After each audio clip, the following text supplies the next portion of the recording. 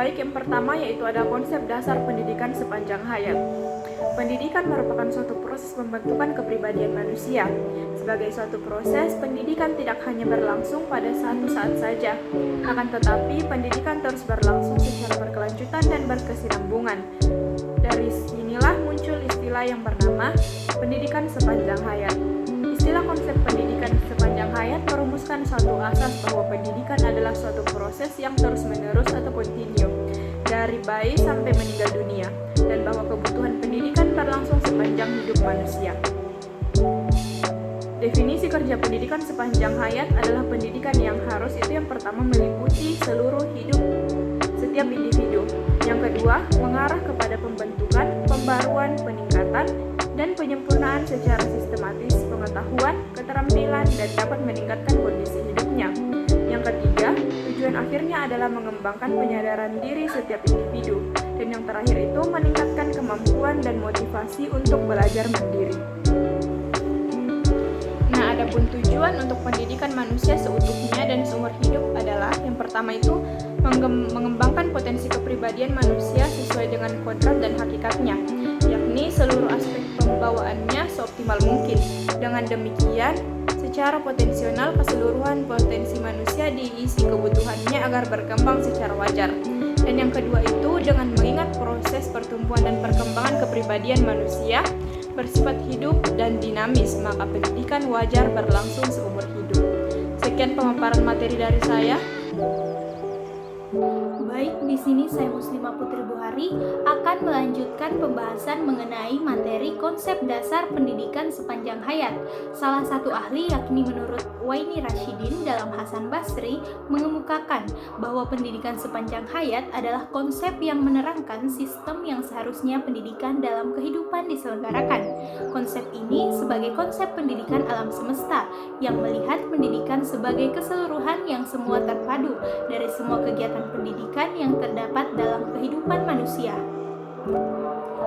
Tirta Harja dan juga Lasulo Saida mengemukakan bahwasanya ciri-ciri pendidikan sepanjang hayat diantaranya sebagai berikut. Yang pertama yaitu pendidikan seumur hidup menghilangkan tembok pemisah antara sekolah dan juga lingkungan kehidupan nyata. Yang kedua, pendidikan sepanjang hayat menempatkan kegiatan belajar sebagai bagian integral dari proses hidup yang berkesinambungan, sedangkan pendidikan sekolah merupakan sebagian kecil dari keseluruhan proses belajar yang dialamatkan oleh seseorang selama hidupnya. Dan yang ketiga, pendidikan seumur hidup lebih mengutamakan pembekalan sikap dan metode daripada isi pendidikan, karena isi pendidikan bersifat statis, mudah dilanda keusangan dan juga senantiasa berubah. Dan yang keempat yaitu pendidikan seumur hidup menempatkan peserta didik sebagai pelaku utama pendidikan dalam pendidikan diri sendiri atau self-education. Lebih lanjut yang diungkapkan oleh Gestrelius berpandangan bahwasanya pendidikan sepanjang hayat mencakup interaksi belajar, penentuan bahan dan juga metode belajar, lembaga penyelenggara, fasilitas, administrasi dan juga kondisi lingkungan yang mendukung terjadinya kegiatan belajar berkelanjutan. Belajar sepanjang hayat atau lifelong learning merupakan tantangan penting untuk menemukan masa depan masyarakat kita.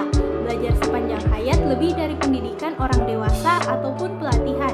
Ini merupakan sebuah mindset atau kebiasaan bagi masyarakat untuk memperolehnya. Belajar sepanjang hayat menciptakan tantangan untuk memahami, mengeksplorasi, dan juga mendukung dimensi-dimensi penting yang baru lagi bagi pendidikan, seperti yang pertama, belajar yang diarah diri sendiri atau self-directing learning. Yang kedua, belajar atas dasar tuntutan, learning on demand. Yang ketiga yaitu belajar kolaboratif atau collaborative learning, dan yang keempat yaitu belajar organisasi atau organizational learning. Pendidikan sepanjang hayat dianggap perlu karena ilmu pengetahuan dan juga teknologi atau iptek, masyarakat, serta dunia pada umumnya bergerak sangat cepat dan juga dinamis. Dalam upaya mengimbangi dan mengadaptasinya, maka manusia perlu terus-menerus secara kontinu belajar, meningkatkan skill atau keahliannya, serta untuk mengembangkan kepribadiannya sepanjang hayat. Baik, itulah materi dari saya. Selanjutnya saya kembalikan kepada pemateri selanjutnya. materi selanjutnya itu tentang landasan pentingnya pendidikan sepanjang hayat. Pada dasarnya, agama mengakui keharusan pendidikan seumur hidup dan menganggapnya penting. Hal ini terbukti dengan adanya dogma agama yang menyatakan dukungan akan pendidikan sepanjang hayat. Mengapa pendidikan sepanjang hayat diperlukan? Pada kajian literatur digital atau internet, ditemukan pendapat Cropley dalam Amos Neolaka dan Grace Amelia dengan memperhatikan masukan dari berbagai pemerhati pendidikan, mengemukakan alasan mengapa pendidikan seumur hidup, yaitu keadilan, ekonomi, perkembangan teknologi, faktor vokasional, kebutuhan orang dewasa, dan kebutuhan anak-anak awal. Alasan keadilan menciptakan iklim yang memungkinkan terjadinya keadilan sosial. Masyarakat luas dengan berbagai stratanya merasakan adanya kesempatan yang sama memperoleh pendidikan dan membuka peluang bagi perkembangan internasional. Alasan ekonomi karena mahalnya biaya pendidikan dan dengan pendidikan seumur hidup meningkatkan kualitas hidup, melepaskan diri dari belenggu kebodohan, kemiskinan, dan eksploitasi. Alasan perkembangan iptek, belajar teknologi baru sesuai profesinya.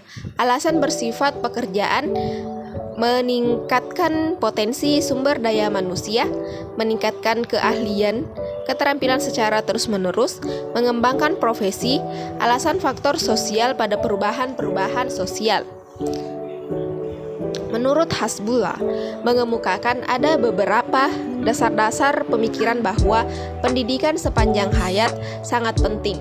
Dasar-dasar pemikiran tersebut ditinjau dari berbagai aspek, di antaranya yang pertama itu tinjauan ideologis. Pendidikan sepanjang hayat akan memungkinkan seseorang mengembangkan potensinya sesuai kebutuhan hidupnya. Pada umumnya, semua manusia dilahirkan ke dunia mempunyai hak yang sama, khususnya hak untuk mendapat pendidikan dan pentingnya pengetahuan dan keterampilan. Yang kedua itu tinjauan ekonomi. Pendidikan merupakan cara yang paling efektif untuk keluar dari suatu lingkungan yang menyeret kepada kebodohan dan kemelaratan. Yang ketiga itu tentang tinjauan sosiologis. Pada umumnya di negara-negara berkembang ditemukan masih banyak orang tua yang kurang menyadari akan pentingnya pendidikan formal bagi anaknya. Oleh karena itu, anak-anak mereka yang kurang mendapat pendidikan formal putus sekolah dan atau tidak bersekolah sama sekali. Dengan demikian, pendidikan sepanjang hayat kepada orang tua akan merupakan solusi dari masalah tersebut. Yang keempat itu tentang tinjauan filosofis. Negara-negara demokrasi menginginkan seluruh rakyatnya menyadari pentingnya hak memilih dan memahami fungsi pemerintahan, DPR, DPRD, dan sebagainya. Oleh karena itu, pendidikan kewarganegaraan perlu diberikan kepada setiap orang. Hal ini menjadi tugas pendidikan sepanjang hayat. Yang kelima atau yang terakhir itu tentang tinjauan teknologis. Di era globalisasi seperti sekarang ini, tampaknya dunia dilanda oleh eksploitasi ilmu, pengetahuan, dan teknologi atau iptek dengan berbagai produk yang dihasilkannya. Semua tidak terkecuali para pendidik, sarjana, pemimpin, dan sebagainya dituntut selalu memperbaharui pengetahuan dan keterampilannya, seperti apa yang terjadi di negara-negara maju.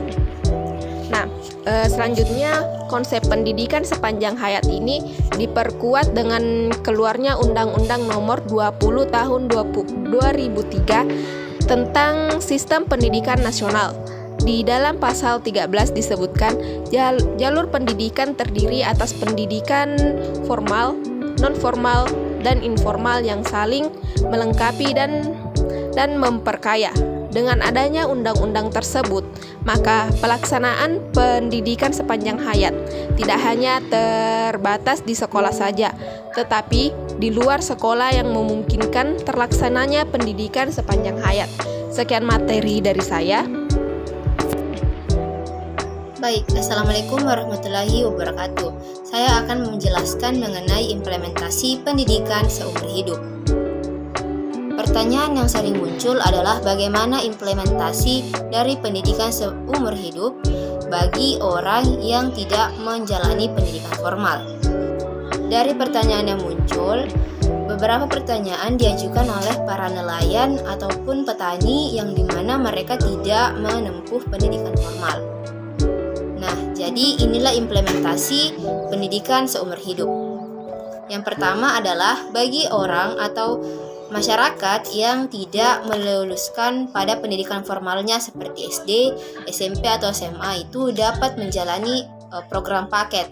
Nah, biasanya dikenal dengan paket C, paket B ataupun paket A, di mana perbedaan paket ini tuh tergantung jenjang mana yang mereka inginkan. Nah, jadi ini merupakan salah satu implementasi dari pendidikan seumur hidup bagi mereka yang tidak menempuh pendidikan formal.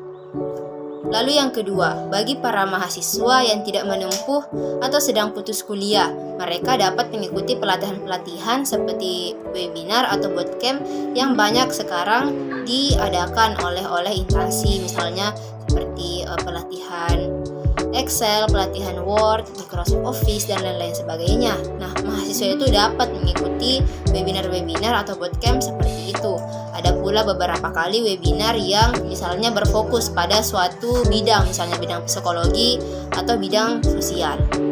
Nah, lalu yang ketiga, bagi para petani atau nelayan, bagaimana mereka ingin menjalankan pendidikan seumur hidup? Hal tersebut dapat dilihat dari banyaknya pelatihan-pelatihan dari lembaga kelautan ataupun lembaga pertanian, yang dimana mereka akan melakukan sosialisasi mengenai misalnya seperti pembuatan bom ramah lingkungan atau pembuatan bibit tanaman yang misalnya bisa lebih subur. Nah, hal tersebut merupakan salah satu implementasi dari pendidikan seumur hidup.